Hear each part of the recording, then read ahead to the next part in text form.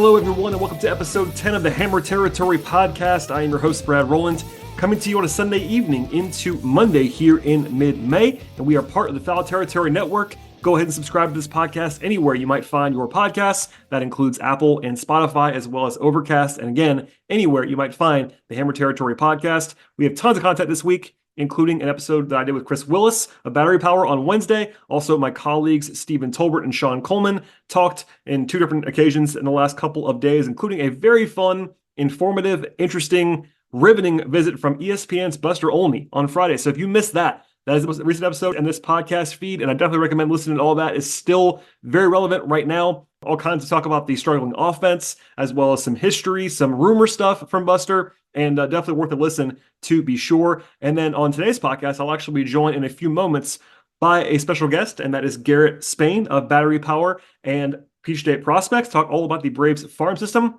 I am not an expert on that, but that's why I run in an expert who actually is, and that is Garrett Spain. So first, though, I'm going to go solo a little bit for a few minutes here at the top of the podcast. My usual co-host, Scott Coleman, is still gallivanting out of the country for a little while longer. And by the way, FYI, I'm recording this on Sunday evening, so keep that in mind because the Braves have two games on Monday, including an early afternoon game on Monday afternoon at Truist Park because of the rainout that transpired on Saturday. So we'll cover those games later on this week. But with all that said, we'll dive into the last two games, which were both losses for the Braves. They've now lost 3 games in a row, actually, and they're now 26-16 on the season. Friday's game was relatively normal as far as a loss is concerned. Max Fried was not his best. He was chased before the end of the 5th inning. 2 strikeouts, not great for him. 3 walks, 9 hits allowed. The bullpen was fantastic for the Braves on Friday evening, despite the loss. The Padres had 13 hits in the game, and all of them, every single one, was a single. So it wasn't like they got absolutely bludgeoned on Friday, but the offense was not great, as we'll talk about again in a second. They had 7 hits, 3 walks, and not a ton going on there offensively. The only other sort of news and note thing is that Travis Arnaud was removed from that game on Friday with dizziness. And he, if you're not remembering this, is that he's actually had some extensive concussion issues in his career, as many as 4 concussions. So they were being very careful with him. They did say quickly that it was not a concussion, so that's obviously a positive. He was not in the lineup on Sunday, but the plan is, according to what I have been told and what's been reported out there on Sunday, that he's going to be hopefully able to catch one of the 2 games on Monday. If that happens, you can kind of let out an exhale of sorts because they obviously need Travis Arnaud pretty badly with the absence of Sean Murphy and the hitting issues of Chadwick Trump. So all that said, that's sort of Friday in a nutshell. Sunday's game was less exciting, even with Friday's game not being great itself. It ended up being a 9-1 loss. It was over pretty quickly. I'll say this now, it would not have mattered given that the offense was really bad on Sunday night. In fact, the offense managed to score in the 9th inning to avoid being shut out for the first time in more than 160 straight games. It's been a year plus since the Braves were actually shut out in a game, but that was the only small bright spot because Bryce Elder struggled very badly on Sunday. And we talked about Bryce a lot in recent days. If you were listening to our old podcast over at Battery Power, you would have known that in the height of Bryce Elder mania, I know Scott and I were pretty tepid on Bryce. We were kind of getting yelled at a lot for being not exactly bought into the Bryce Elder experience as he was earning the All-Star berth a year ago. I never really believed that to be real. This year so far, we've been trying to go the other way a little bit, and the fact that people wanted to fire Bryce Elder into the sun. And my overriding point has basically been that no team really has 6 starters that they love. And of course, the Braves lost their number 1 starter, arguably, in Spencer Strider. So Elder is really the 6th guy who's seen time for the Braves in the rotation.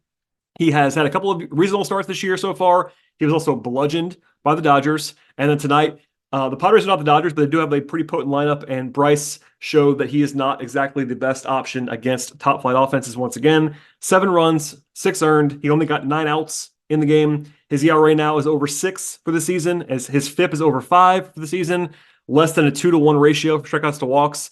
It's hard to live in that area. And given that he ended last season with his last 14 starts of last year with a 5.75 ERA and a FIP in the mid fives, it feels like this is more like what he actually is. Now, I would still make the same point that I've made before, in that no matter what the Braves happen to do with that 5th spot, it's not going to be someone that you absolutely trust. I know there are higher upside options. Obviously, AJ Smith-Shawver is a much younger, more exciting prospect that we'll talk about actually later on in this show with Garrett. But Bryce Elder is a pretty run-of-the-mill, average-ish 5th starter. Now, I would have no issue at all if the Braves wanted to try somebody else there after the way he pitched on Sunday. I would understand that. I'm not saying they shouldn't do that. I just think people have to understand that basically that spot is kind of a danger zone area, and the Braves had five guys that they trusted. Now they only have four, and that makes it more difficult. So the Braves have been awesome this year, at least the last 4 or 5 weeks when it comes to starting pitching. Gotten a lot out of Sale and Morton and Lopez and even Fried most of the season, but that fifth spot's been an adventure, and it was really, really bad tonight. So I always recommend taking a deep breath when it comes to analyzing anything. And people were, of course, big mad about Bryce Elder tonight, and I get it. He was really bad, but that's the reality situation. Maybe we'll see who actually goes in that spot this coming week, because I won't do a full-fledged preview because we have more to come on Monday or Tuesday of this week. But because of the rainout on Saturday, the Braves were already going to need a spot starter later this week because of the schedule change. They're not lined up to actually have these five guys pitch in normal order. So if they do want to go with a different guy in Elder's place, they'd have to actually have two guys because they have to use somebody else as a spot starter, and then they have to fill in for Elder. So if I had to guess right now, we might see Bryce Elder pitch again in his next outing, and it wouldn't shock me at all. If he's replaced, it wouldn't shock me at all either. We will see at this point in time. But the other big picture thing we have to talk about, of course, is the offense. So I'm going to give you a bunch of stats right now. Some of them cut off at the end of Friday's game because it's harder to get real-time stats going into a game that happened on Sunday, but just bear with me. Over the first 24 games of the season, the Braves were leading the majors with 6 runs per game. Now, they weren't absolutely tearing it up in the way they were previously. I know we were off the air for part of that in April, but other than Marcell Ozuna, it was a lot of like normal offense from the Braves. They were really good, really productive. Last year, if you need a reminder, the Braves were the best offensive team in baseball by a wide margin. They were historically fantastic a year ago. It's a similar group, of course. But the first 24 games of the year, they were leading the league in runs scored. In the 17-game period, beginning on April 27th through the end of Friday's game, by the way, for the Braves, and that was actually through the end of Saturday's game for everybody else in the league, as the Braves ran out on Saturday.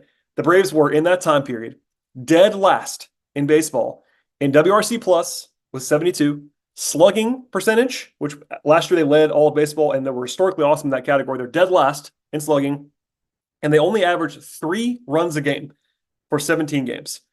And of course, again, those numbers actually got worse today. Not everything updates in real time, but those numbers got worse today than they actually were. They're actually averaging below 3 runs a game now in the last 18 games. Over that same time period, however, the Braves led all of baseball. So they were dead last in those stats. They led baseball in average exit velocity and hard hit rate at the plate. 2 numbers that strongly correlate with positive offense. Now, that should be almost impossible to do. It's not a huge sample size, but still, there were some reasons why. They struck out a lot, that's for sure. But it wasn't like they were striking out 40% of the time. They have a high strikeout rate. That is part of the issue here. I won't argue with that, but it's not going to explain all of it. They do have a high whiff rate in the zone as well. Again, not to the point that would sort of explain everything. That's part of the deal. Their ground ball rate is also very normal. So that's not an area of concern right now. You can debate how much luck is involved here, but it's definitely some of that. It is worth remembering that offense is down across the league this year. There's seemingly some talk about anti-juiced baseballs this year, and that's a whole different conversation that we won't do now. And somehow the Braves went 8-9 in those 17 games, despite all of that basically horrible hitting because the pitching's been awesome. But basically, there's this whole argument happening about how much of this is luck. I'm not trying to tell you that it's all luck. They've not been playing very well. Part of that is on the player level, of course. Ozuna is the only guy who's having what I would describe as a really good season so far. He's been awesome. The other big guns in this stretch have not been awful. Talking about Olsen and Riley, who's been out for a while now, actually, and Acuna, they have not been very good. They have not been horrible. They have not been very good. But the other thing is that all of these supporting guys, or at least almost all of them, have been really, really bad for about 3.5, 4 weeks at this point. In that sample size coming into the night, Jared Kelenic had a 45 WRC plus. Orlando Arcia had an 18 WRC plus coming into the night in that sample. Adam Duvall, 36. Michael Harris, 17 WRC plus. They also miss Sean Murphy quite a bit. When you remember that Chadwick Trump had gotten on base twice in like 7 or 8 games total. So that is a lot of holes in the lineup. And yes, you would expect Michael Harris to be better. You would expect all those guys to be better, at least a little bit better than they've been so far. But it has been an up and down the lineup issue other than Ozuna for most of this season. Now, my friend Brando at BG37 on Twitter pointed this out. on Sunday afternoon, the Braves' worst 17-game stretch offensively last year in that historic season also finished with an 8-9 record, and it also came in May, almost at the exact same time. This year was a little bit earlier, but it's pretty close. This year's numbers were worse than last year, to be fair. But I looked it up. Last year, in that same sample size, the Braves also led the league in exit velocity and hard hit rate. And again, I understand there's a contingent that does not really care about that stuff. I understand that. I'm not telling you that that always means you're awesome when you hit the ball hard. But the notion that I've heard in my mentions a couple times today really is that hitting the ball hard is overrated. That is not true. Hitting the ball hard is very important. You want to hit the ball hard. The results don't always match perfectly, as we've seen the last 3 weeks from the Braves, but you still want to hit the ball hard, and hitting the ball hard a lot is a good way to track how good your offense can be and usually is. So what does it all mean? Well, last year in the next 17 games after that downturn, the Braves were awesome offensively. That isn't a huge surprise.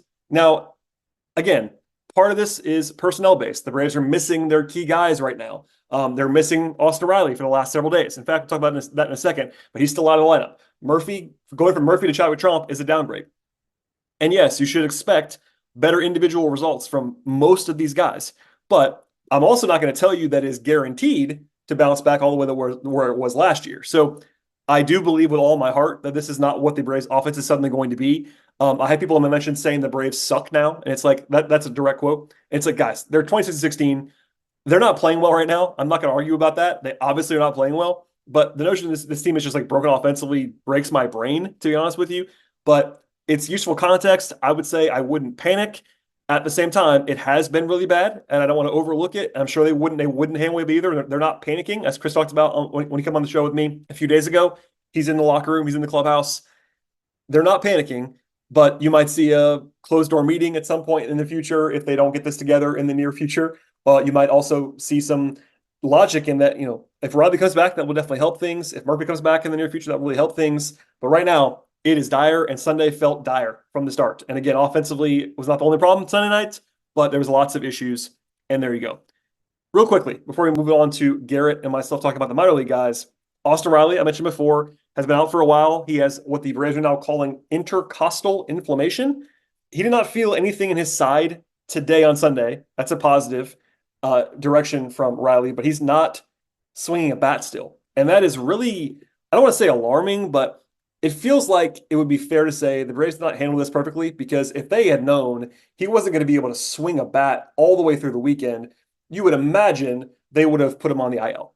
And you could argue that they don't really have a great option on the 40-man to replace him. That's fair, but you don't want to just burn a roster spot for a week, and that's where they are right now. And yes, you can backdate it, but only by a few days. So it would be a pretty remarkable situation.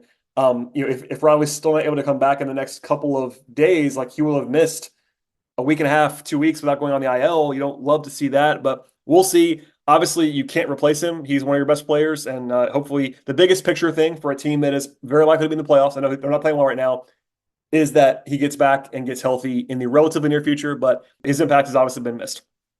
Sean Murphy is starting rehab on Tuesday in Gwinnett. That'll be a huge impact. Of course, when he returns, he's been out since opening day. That cannot be overlooked as to how much of a drop-off it is from Murphy to the other catchers in the system. There you go. Also, Pierce Johnson was activated over the weekend. That was a positive sign. They outrighted Jackson Stevens rather than demoting Ray Kerr and optioning him. Kerr had been pitching well, so they didn't want to do that. No huge surprise there, even if I was wrong about that. I thought they were probably going to option Kerr because he had an option, but in the end, they chose to keep him up at that point in time. And the last thing is a potential podcast all on its own that I will not do right now. Dave Fletcher has now been reported by ESPN to actually have been betting with the bookie that was involved with Shohei Ohtani's interpreter. We'll kind of wait and see on the fallout of all of that. But Fletcher is in the minors right now, of course, and it happened when he was with the Angels, so it's not going to come down on the Braves necessarily, but I don't think the Braves want to call up David Fletcher right now, if I had to guess. If they had to in the near future, maybe they would because he's still on the roster. But one of those things where that's a national story more than almost a local story.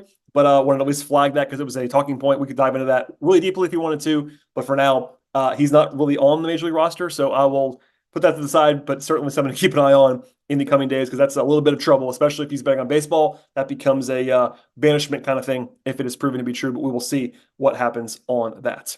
All right, that is all I have on this solo part of the podcast, but fear not. After a quick break, To hear from our sponsors, we'll come back. It'll be myself and Garrett Spain talking all about the Braves farm system. So stay tuned. We'll see you in a minute. I am joined now by a genuine minor league expert when it comes to Atlanta Braves. Garrett Spain is here. Hello, sir. How are you? I am all right. I am glad to be on the show. I thank you for having me on. How are you tonight? I'm good. I always admit this, and I'll say it now for people that may have joined the podcast after we moved over to Hammer territory. I am not the biggest prospect guy. Neither is Scott. We will not try to fake it on our podcast, but every once in a while, I am going to look to bring in someone who's much smarter about this stuff than we are, and that is certainly you. Just to say this at the top, and before I'm sure we'll do it again later on.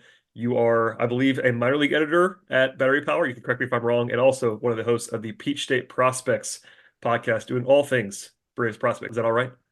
Yep, that is perfect. Folks should be checking your workout across the board, but we'll dive in here. I do want to kind of start broadly a little bit about kind of the overall state of the system in general. I'm sure it's not a surprising question to you, but coming into the year, they were not necessarily projected at the highest levels when it comes to Braves prospects and organizational rankings. Those are often, I would say, flawed from what I can gather. But in the bottom 10, generally speaking, for most shops. What do you make of that, and what do you make of kind of where the system stands right now? Because we all know the deal here, I think, but it was, the Braves had a lot of prospects for a long time, and now they're really good, and it's harder to be really good in the minors when you're really good in the majors for this long. Yeah, I mean, I think generally the rankings are correct on the Braves. They're not a very good system. There's not a lot of depth to their talent, and that mostly comes from the way they've traded their players away and called up guys very quickly because they're looking to compete in the present.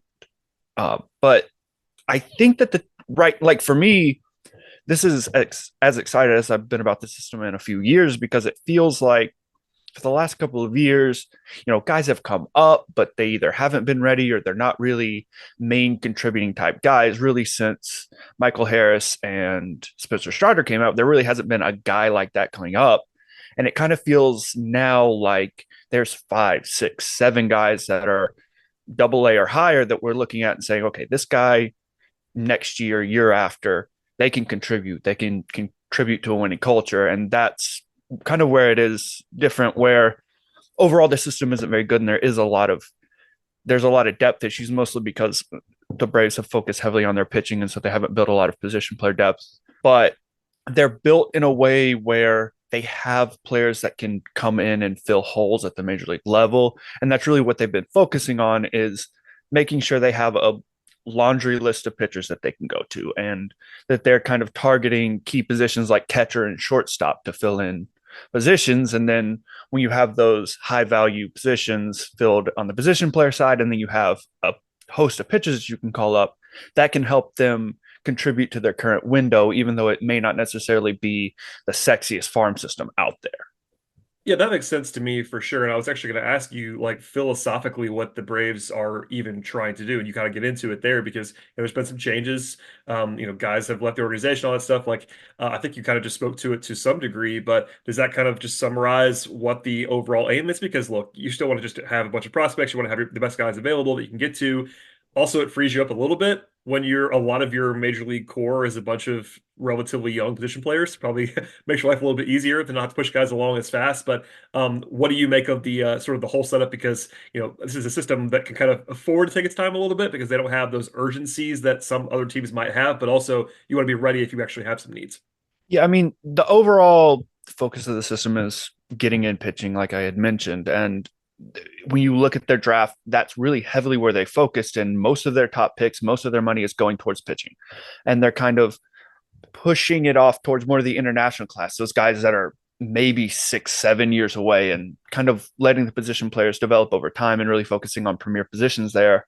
Um, but organizationally, the focus is getting guys that they feel they can develop, on the position player side, getting guys that they like the underlying metrics for, guys that hit the ball hard consistently, guys that have good contact rates, guys that have good approaches, and saying, let's get you with our coaches, get you in our system, and try to develop high level athletes into the players that we want them to be. And they're trying to find value in that way. And a similar thing that they did with Michael Harris, in that he was a guy that they liked the underlying data for, they liked his workout, and they said, we can do something with you, and it worked out for them. And they do the same with both pitchers and hitters. That first round pick tends to be a high level guy. And then after that, they're going to go off the board. They're very hard to predict in that way because they have their system, they have their models and they really focus on those models in terms of player acquisition. So it's hard for a lot of traditional scouts who don't have access to that information to be able to predict what they're going to do. But there's a tends to be trends, but pitching and hitting. They want to go for high level athletes. They want to go for guys who maybe haven't tapped into power or velocity that they feel is there. And they are confident that they can develop a guy's approach. They're confident that they can develop a guy's secondary pitches and turn them into not just a hard throwing pitcher. So really their focus is on trying to find value in guys, especially that are high level athletes, guys that were multi-sport players like AJ Smith-Shawver was in high school, guys that were, two-way players like Spencer Schwellenbach, one of their top prospects right now, who was a two-way player at Nebraska. Their focus is on high level athletes and guys that they feel that they can develop rather than they don't have the draft. They're not in a position in the draft to just go get a guy that's ready. They can't do that. Yeah, that makes sense. I mean, again, that's part of the balance of being as good as they've been for so long that you're not going to be picking in the top 5, top 10 anymore. They had a couple of those picks, of course, when they were rebuilding, and but you can't bank on having those premium picks, and also the way that the draft has changed, which we'll save for later times. But it's just an interesting kind of calculus, and also I don't know about you. I actually want to kind of ask you this. It feels like Braves fans, Braves observers have been kind of spoiled a little bit because basically, I'm not saying they were perfect, so they're perfect lately, but a lot of the guys that they've moved quickly or have kind of banked on and really needed to be good have been good. That seems very simplified, but it's also true. I mean, I guess you could mention Vaughn Grissom as a guy who they didn't like the world on fire beyond like the hot start, but even then they were able to move off of him and it was not a big deal. But Strider, Harris, etc., like I feel like they have a pretty good hit rate in the last 5, 6 years on guys who they have clearly pushed aggressively, not crazily, but aggressively, and had those guys actually work out for them. Yeah, they've, especially on the hitting end of things. I mean, the Yeah. amount of basically every top prospect that they have is either at the major league level or was traded, and that's really hard to do. They got lucky. I mean, Yeah. to be as good as they are, they got lucky. I almost used the lucky word, and I wasn't sure if it was going to be appropriate, but I'll let you I say mean, it. there's definitely an aspect of scouting, like guys like Grissom and Harris, that they did a good job scouting, but you can't necessarily predict that a guy like Ronald Acuna Jr. is going to just pop up. That just happens, right? And so being as good as they are was lucky. Pitching wise, it's harder to judge pitching. They've really always invested heavily in pitching, and I think that they've kind of just been average-ish in that end. I mean, they haven't had. It doesn't feel like they've had a ton of guys get injured, but it doesn't necessarily feel like they're just churning out top level starters. But the guys that they've gotten to the major league level, for the most part, have kind of been able to stick. And of course, they've been able to do well, in trades in the free agent market in that regard. But, guys like Max Fried and Spencer Strider before he got injured, they've put those guys up. And other than really Ian Anderson, when those guys have gotten to the major league level and had success, they've been able to maintain that success. Other than, again, I mean, Anderson, right? You talk about pitchers, it's just they've gotten to come up and they've gotten injured, but they've had decent luck with pitching in terms of being able to get it to the upper levels. Their development as they hit AAA, it's kind of been hit or miss, and that is what it is with any pitching prospect. But the fact that they've been able to really build a stable now, I mean, you look at it and it's 9 or 10 guys that, yeah, you don't necessarily trust a guy like AJ Smith-Shawver yet to be your third starter, but if that's your 9th best starter, that's a lot of pitchers that they've been able to develop. And it's their pitching side is just, again, they focus on stocking up on pitchers in the upper parts of the draft. I do want to ask you about some players while we're here. I think someone like me who's much more casual on the minors pays attention. I read you guys minor league recaps in the mornings, but I'm not diving into a tons of game action on a daily basis. I feel like there's two names that people probably know very well, and that is, you've already mentioned Smith-Shawver, and then you also have Hurston Waldrep. What have you seen from those guys so far this year? Because especially with the case of Smith-Shawver, it felt like he already arrived last year. He pitched some in the majors. He is still very young, and I think that he wouldn't be too far away from being called up to help the big league club right now. What have you seen from them this year? Not that they're always lumped in together, but you know why I'm doing that, because they are the two guys everybody kind of knows. Right. if you look at the results, the pure results from both of those guys this year, it's been a little bit underwhelming. They haven't been missing a lot of bats, and they haven't been, there's been more walks than you've wanted to see from these guys, and the numbers haven't been stellar for them. But what the Braves are really doing right now is focusing on their development with the top level prospects, and they're kind of not worrying about whether these guys perform when they get to AA and AAA, and they're focusing on making sure they're commanding their pitches, making sure the shape of their pitches is going well. And I think in both cases, they're making changes for the better. I think Smith-Shawver is a clearer case where he's added a little bit of velocity this year. His pitches are a little bit sharper, a little more refined, and they're kind of working on the pitch mix. His splitter has really taken a step up this year to where I think it's a pitch that can be a consistent pitch against left-handed batters versus last year. He really struggled against left-handed batters. Mm-hmm. I mean, all season he had an OPS over 900. I believe an OPS against over 900 in the major leagues against left-handed batters. So adding that splitter this year for him has really been a key step, but it's going to be a process for them. He wasn't one that they necessarily wanted to be at the major league level last year. They were kind of forced into it. And now I would consider him either their fifth or sixth best starter right now. The Braves are going to give him as much time as he needs because they want to focus on his development. And they feel like, and they're right, that the major league team is good enough that they can leave Smith-Shawver in AAA, even if he is their fifth best starter, and say, we're going to win enough of those games anyway. You develop at your own pace, and you'll kind of see, I think, second half of the year is when you'll see Smith-Shawver back, and they'll make an attempt at least for him to hold down a job long term. Waldrep's a little further behind. Now, overall, the results, he had a really bad opening day game, but he has a 3.32 ERA this year.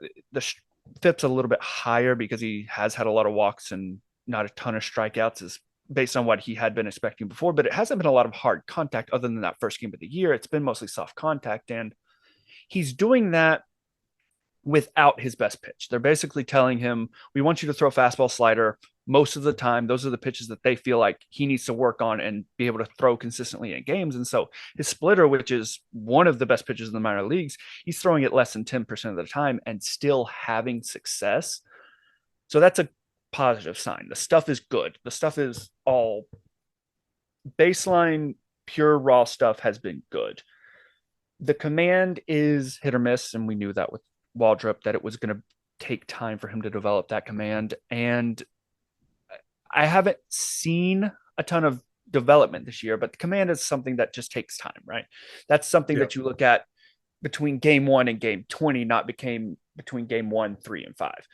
So what he's done to be able to work with the limitations that the Braves have given him and still manage to work it and find success with that has been positive, but it's just going to take, I don't think Waldrep is particularly close. I think maybe he gets a shot next year, but more than likely it's probably going to be a legitimate shot 2 years down the road, even though he is already in AA, even though he was a high draft pick, even though he was a college arm. They need to develop that command. And again, it's a similar situation to Smith-Shawver, where they feel like the team is good enough that they can live without him until he's ready. So with Waldrep, there's a lot of risk there, and there's going to be a lot of development time. And I think that he may end up moving slower than a lot of people would want, right? Like people, if they look at him and see he has a 3.32 ERA in AA and a guy at the major league level is struggling, you're going to have fans that are going, hey, get this guy up here now. That was the first round pick. Let's get him up. Yep. He's not there yet. And it's just going to take time. And it's not going to be this year, at least not in my opinion. But I think what we've seen in terms of the pure stuff from Waldrep has been impressive. And that's really the, like you can somewhat teach a guy command, but you can't guys either have it or they don't when it comes to stuff. And Waldrep has it, and he has high level athleticism. So there's a lot to like there. Yeah, I was going to actually ask you, scouting the data, not necessarily with my eyes, but looking at the numbers, I was going to ask you why he wasn't throwing splitters, and that makes more sense. They're trying to emphasize what he is not quite as good at already. And you took the words out of my mouth with regard to, people wanting to push him along. I think last year his numbers were so good when he arrived. His small sample size, I think it was 8 starts, but he was really lighting it up. And people were talking about him. I'm sure you read this and push back on this as much as I did. Like, could he be on the opening day roster this year? It's like, no, he's still not quite there. And Smith-Shawver is, Interesting because it's a point that we made on the show regularly, and also dated back to our old show about, you don't always want to push your guys super fast, especially with the fact that you can get away with not doing that. Bryce Elder isn't someone that I love. Bryce Elder is a capable fifth starter, and they don't have to worry about Smith-Shawver. By the way, I think these people kind of maybe don't know this. Smith-Shawver is younger than Waldrep, which is one of those things that's like gets lost because Waldrep is further away, but Smith-Shawver is 21 years old. He is there's no reason that he has to rush and suddenly be throwing 180 innings in the majors right now. Right. And I mean, Smith-Shawver, we kind of talk about getting lucky with guys. The Braves did a good job scouting Smith-Shawver. Nobody thought he'd be even close to this point yet. Like, that's a guy that Seventh best round case pick, by the way. scenario, Yeah. seventh round pick, a guy who really didn't throw that much in high school. Best case scenario, you're hoping he's in high A, maybe double A at this point, and he's thrown major league innings already. The way that Smith-Shawver has developed has been incredible, and he's a guy that we hear a lot about in terms of just the makeup, the off the field stuff. He's a hard worker, a guy that learns really well, extremely high level athlete, and so being able to develop that way is really impressive on his end. And again, the Braves got lucky with him that he developed as well as he did and continues to develop. I mean, he's gotten noticeably better this year, and I think that he's only going to continue to get better. I mean, given the level of experience he had, this is really his third or fourth year pitching overall. I think he's going to continue to get better, and he's already, a guy that you look at and say, well, I mean, that's probably already a guy that could come in and be a fifth starter, and he's continuing to get better, and there's a high ceiling for that guy. I mean, right now I would say Smith-Shawver is clearly the best prospect in the system, and a guy that I would consider probably a top 40 overall prospect in baseball. Definitely the best definitely the best prospect they've had since Michael Harris came up. Wow, that's high praise. I was going to ask you at some point in this interview, like who you had as your top guy, because I read the Battery Power preseason prospect list and have that in front of me right now. But yeah, that's pretty strong praise for Smith-Shawver. I like him quite a bit as well. I mean, again, just the combination of the age, the traits, the fact that he was able to move so quickly, and it is pretty appealing. But obviously, you know about more about this stuff than I do, so it's a pretty strong stamp. I did want to ask you about some other guys. Yeah, I think you mentioned earlier Spencer Schwellenbach. He's a very interesting prospect that's looking the part. Him and Owen Murphy, I think we're both near the top 5 or 6 of the preseason list that I saw at Battery Power. What do you make of those guys as well? And trust me, I am going to ask you as the last guy about Nacho Alvarez because I know everybody's waiting for that. But what about Schwellenbach and Owen Murphy? Schwellenbach's another interesting one when we talk about development over results. And he's had very good results at every level, but there's always been this issue with him where he doesn't miss a lot of bats and his pure stuff. Now his fastball, good velocity, he was 95 to 97 in his last start with Mississippi. And so that's good velocity. There's not a ton of movement on his fastball. So it is a little bit hittable in the zone, and he throws his fastball quite a bit. So he was getting hit quite a bit. And then we got access to data, which I can't share completely, but we got access to data where he's throwing his slider around, less than 20% of the time. And when you look at when you watch him and when you look at the metrics on his slider, it is by far his best pitch. And so what I kind of suspect is going on with him is they're doing the same thing of saying, we're going to limit your best pitch. Let's develop everything else. And Schwellenbach is kind of similar to Smith-Shawver in that he really, even though he was a college arm, he pitched as a reliever mostly in college. He was more of a shortstop, and a lot of people preferred him as a shortstop.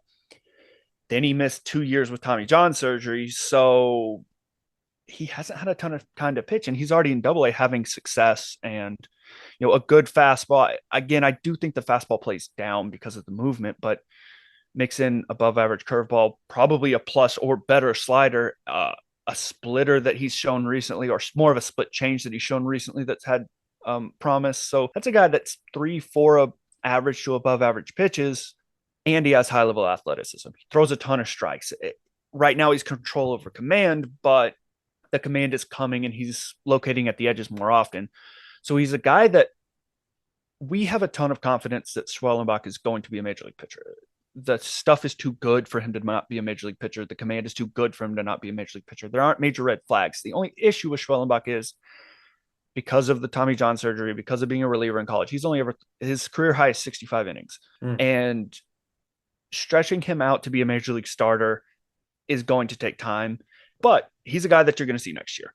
He's Rule 5 eligible this winter, which means they have to add him to the 40-man roster. They're going to add him to the 40-man roster unless they trade him, which could happen. They've done it before, but I don't.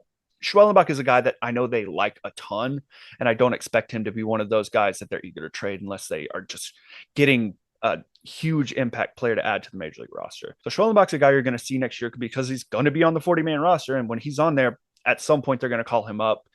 I could see him being ready next year just with his ability to control the strike zone, having 4 pitches. And I think that once he starts utilizing that slider more, he's going to have a ton of success. I think the biggest concern is durability for him. So far, he's thrown 38 innings this year in 7 starts and haven't had any issues. His fastball velocity has been ticking up just a little bit start to start. He started out the year more 93 to 96. He's about 95 to 97 in his last start. So good markers right now. You kind of got to see where that guy is in July in terms of his durability, but that's going to be a process where he may not be a full-time guy next year just because they're still going to be building him up, but he's a guy that we have a lot of confidence in. And as long as he stays healthy, I'm fairly confident in that as a mid-rotation starter, kind of a 3-4 type starter. Murphy, I think he's a top 100 prospect. I think he should be. No one's really giving him that love right now. And, we talk about national rankings, and a lot of times, a system like the Braves is going to be underrated because there's not a lot of prospects. So because there's not a lot of prospects, the national writers tend to not watch that system as often. They'll watch the guys like the Orioles that have, 5 top 20 guys. They're going to watch them, a couple of times a week. And so those kind of fringe guys, those guys that are a little bit lower, they're going to be seen more often. So a guy like Murphy, if you just look at his pure stuff, I mean, curveball, changeup, fastball that sits, 90 to 93. That's not that impressive from a right-handed starter. But Murphy's fastball, even if it is 90 to 93, I would consider it to be a better fastball than Schwellenbach's because his last start, 22 inches of induced vertical break, which is absurd. I think, what is it, like 17 is considered above average. So yeah. That's double plus carry on his fastball. He gets great extension on his fastball as well. His fastball is even with the velocity, and that's really been the concern with him is he was kind of 92 to 95 before the draft. He's backed up. And so people are looking at it and going, well, his fastball's gotten worse. Well, it's also, he commands it well to the top of the zone and it has a ton of movement. And that's why he's dominating high A this year. He has the most strikeouts in the league this year as a 20-year-old. I'm sorry. He is 20 now. And he's dominating at the high level. His slider looks good. His curveball looks good. So you're looking at a guy with another player that command great fastball, a couple of good breaking balls. I think that he's further along. He might actually be further along than Waldrep at this point, though. They're going to, again, be patient with him. There's no reason to rush him. But I think with the metrics on his pitches, what we've seen out of him with his command, that's a guy that is going to get outs. Now, I do think if the fastball velocity doesn't step up and get back to where it was before the draft, and right now it really doesn't look like that's coming for him, you do look at that and say his ceiling is probably limited because he's not going to miss bats at an elite level. But he's a guy that has solid potential and a guy that I really think can fit in the back end of any rotation and is going to be, with any pitcher, it's can they stay healthy? All of these guys really, other than Smith-Shawver, are kind of smaller guys. I think Waldrep is 6'1" or 6'2". Murphy is generously listed at 6'1". I would say that's closer to 6 foot, maybe even a touch below. But, all 4 of those guys are guys that are project to major league starting roles right now. And the Braves haven't had that. The Braves haven't had that kind of depth of guys that are confident, not just fill in fifth starters like a guy like Dylan Dodd would be, but guys that could come in and be legitimate contributors to the team and guys that you could look at and say, maybe this guy gets a start in October. They have 4 guys that, as long as they stay healthy, which again is, you're lucky if 2 of those guys stay healthy long-term. That's just how it works with pitchers. But I think Murphy and Schwellenbach are both in positions where they've taken steps up this year. I think Murphy should be pushing for top 100 consideration. I think Schwellenbach, I don't think he's quite a top 100 guy, but I think if you look in that 100 to 150 range, he's definitely there. Like the difference between an 80th prospect in baseball and the 150th prospect in baseball, it's very small. And I don't know that Schwellenbach has quite gotten to the point where he's going to get top 100 recognition. By the time he does, he's going to be in the major leagues and it's not going to matter. But I think both are kind of pushing to be that tier of prospect, and the Braves haven't had that depth of talent at the top end in quite a long time. Yeah, and I mean, you know as well as I do, like first round picks get more attention, just like the casual attention, because that's what the first person that they remember from the draft. And the Braves haven't had a big hit first round pick since Kyle. I mean, I guess Kyle Wright as of a year ago would have fit that bill finally. But Wright and Anderson were the most famous guys. Braden Shoemake didn't work out. Langoliers was fine, got traded, etc. Jared Schuster no longer around, etc. So like you know how it is. Waldrep and Murphy are the last two first round picks. They'll get more attention, but they're also seem to be, according to what you just said and what I've seen in box scores and stuff, look to be the part so far. So we'll see how that goes. I do want to ask you about one position player, and then you can get to anybody else that you want to as well. I want to open it up to you. But Nacho Alvarez, number one, has a fun name, and number two seems to be really someone that everybody seems to like and that isn't super far away, despite being 21 years old. What do you make of him and his development? Nacho's an interesting one. He kind of made a rare switch. He was a third baseman as a prep guy. We heard, junior college guy, amateur. He was a third baseman that all we heard was this guy has a great glove. Like this guy's an easy plus defender. He's going to stick at the hot corner.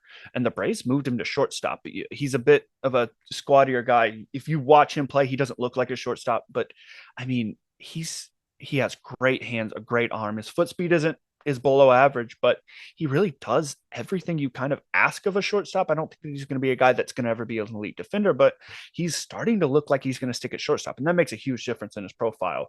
Yep. Shortstop versus third base.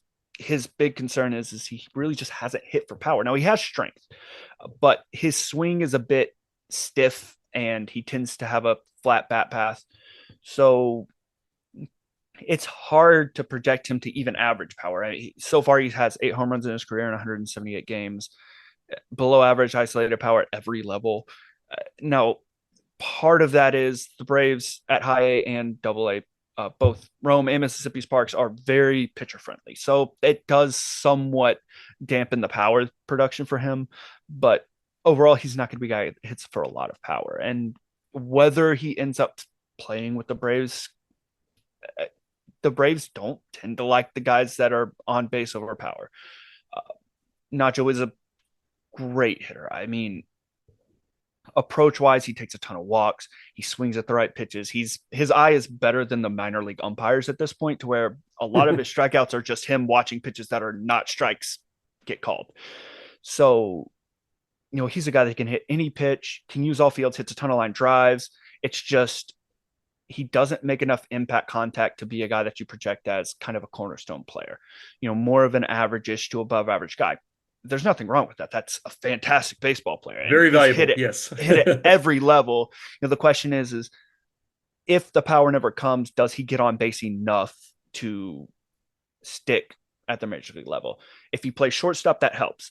If he's run an OBP over 400 in his career, 402 in his minor league career. If you're running a 370 plus OBP, which he very much has the potential to with his line drive rates, with his strikeout rates, with his walk rates, an on-base percentage of 370 or better, you're pretty much guaranteed to be an average or better hitter at the major league level once you get to that point. Even if he's, 30 grade power, that's a guy that's more than likely going to be a valuable major league hitter. So if the power doesn't develop, you're still probably looking at a major league ball player.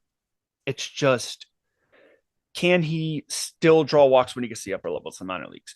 Guys that don't hit for a lot of power, they're going to get challenged more by better pitchers. And if he's not able to really turn and hit, 10 home runs a year, is that a guy that pitchers are going to just throw the ball in the zone and suddenly his walk rate drops off?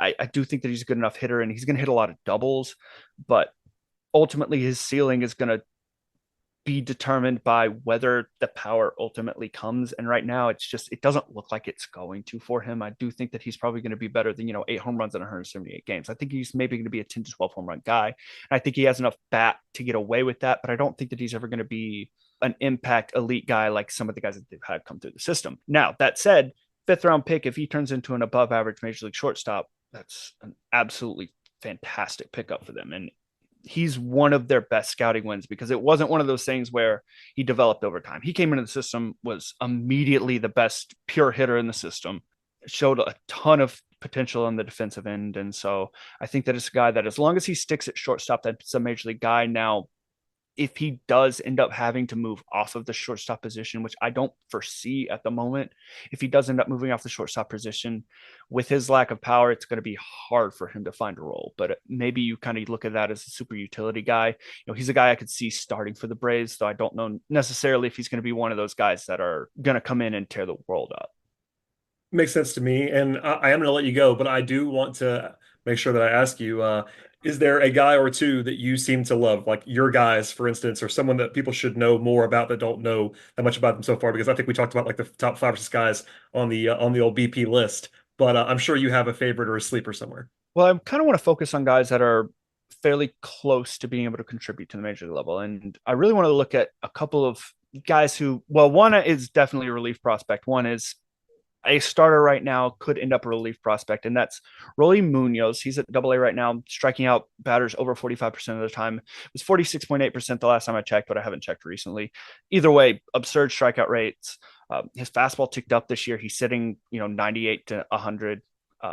Slider in the low 90s. That's a wipeout pitch. That's a guy that, he's Rule 5 eligible, so he's probably going to be added to the 40-man roster this offseason, which means come next year, the Braves are going to give him looks in spring training. The Braves may give him looks throughout the year. So that could be a guy that comes up and contributes. And I think if you look at a guy on the 40-man roster like Daisbel Hernandez right now, I think he's better than Daisbel. I think his command's about the same, which is not good at all, but the fastball's better. The slider's better. So that's a guy that I think could come up and contribute pretty quickly. And then another guy that's coming back from an injury right now, so he hasn't looked very good, is Giancarlo Solara.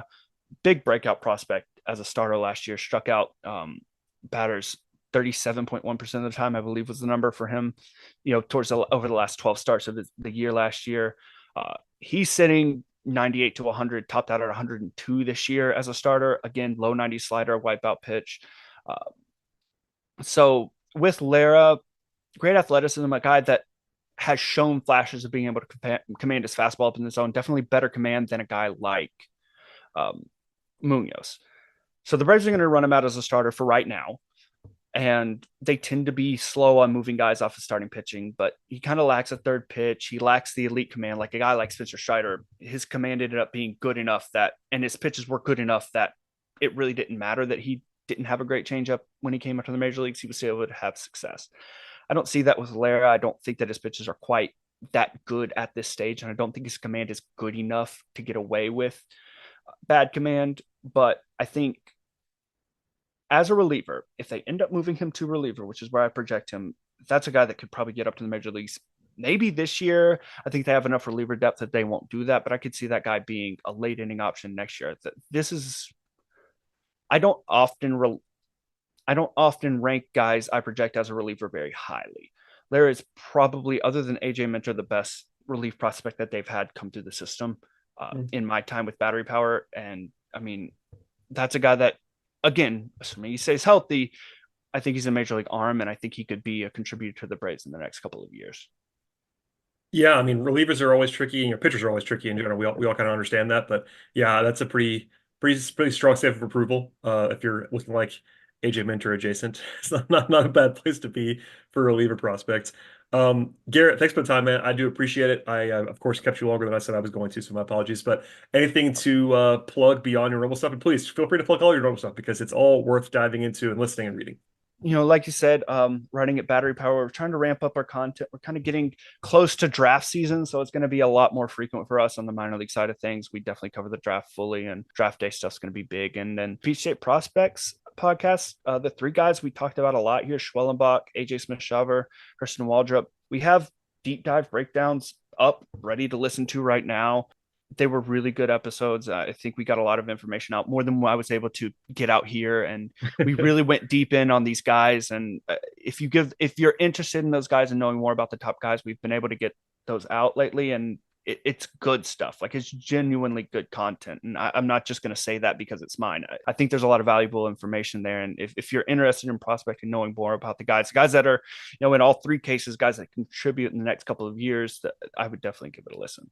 Yes, strongly agree. It's a great place to dive in and learn more about the system and what and the guys who are coming, because I know, the next wave of Braves, hopefully in a positive direction, are coming, and always good to listen to that and read all the stuff about battery power and learn all about the new wave of guys. Garrett, thank you again for being here. Do you want to plug your Absolutely. Twitter account as well? Oh, yes. Twitter is at Braves MILB.